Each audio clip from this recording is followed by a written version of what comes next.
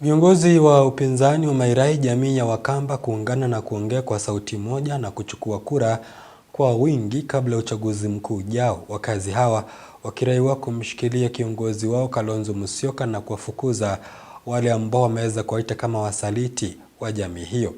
Pia wameisuta serikali ya Rais Ruto kwa kusambaratisha sekta tofauti kwa kuiba na kuuza mali ya umma, wakiahidi kuendelea kuwatetea Wakenya. Walizungumza haya katika ziara yao ya siku ya kwanza eneo la Ukambani. Mwanahabari wetu Fredrick Kwambua anaarifu. Hi cousins. Hi. Hi Kuzo. Hi. Muungano wa upinzani umeanza ziara yake rasmi katika eneo la Ukambani ukiongozwa na kinara wa Wiper Kalonzo Musyoka na Rigathi Gachagua. Viongozi hao wakiwarai wakazi wa Ukambani kujisajili kwa wingi kama wapiga kura na kumshikilia mkono kiongozi wa Wiper Kalonzo Musyoka na pia kuwapeleka nyumbani viongozi wote wanaomuunga mkono Rais William Ruto. Nyinyi Wakamba ndio mtaokoa Kenya kwa sababu your vote is the most trusted and definite. Chukua kura milioni 4 kabla uchaguzi uanze.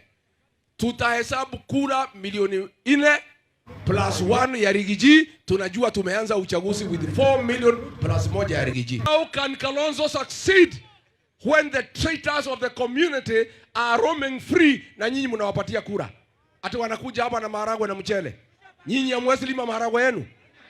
Hamwezi lima maharagwe? Sasa hii Ukambani si Ruto amewachilia nyinyi? Iko kazi amefanya hapa? Si aliua watoto ya Gen Z?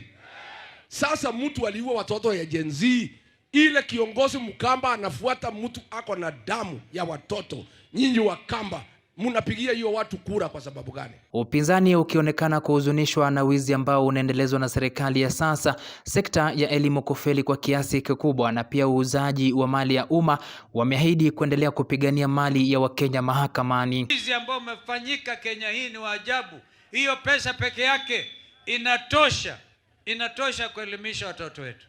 Mimi nimeenda kwa mahakama juzi hata kutetea Safaricom. Kwa sababu Safaricom kila mtu ako na M-Pesa. Ni kweli? Hata hiyo kampuni Ruto anataka kuiba. Watu wa ajabu hao. Tuko kwa mahakama tena kusema hamutanunua M-Pesa, hamutauza hiyo. Hebu nione kama SHA inafanya kazi. SHA ifanye kazi, serikali ione kwamba tuko na shida. Tukisema kuna shida, sio eti ni porojo tunasema mambo yale wananchi wenyewe wanasema. Mambo ya elimu, nyinyi mnajua nilikuwa waziri wa elimu. Tulipanga hii maneno vizuri sana. Mheshimiwa Kibaki alituletea free primary education.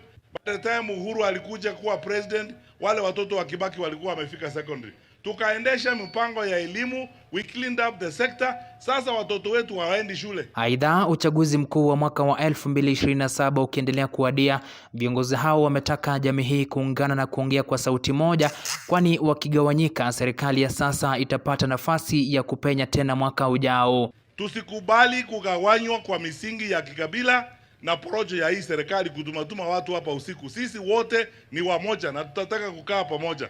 Kwa sababu hawa wanajua kwamba tukigawanyika, that is the only opportunity they have to return to power. Na tuwezi kamwe kukubali sisi kugawanyika. Wananchi mtatuombea tutembee pamoja? Na mtatushika mkono tutembee pamoja? Tumekubaliana sote tutaungana, tutoe mtu mmoja apeleke Kasongo wapi? Mtatushika mkono? Aende asiende jamani? Fredrick Kwambua, Undugu TV.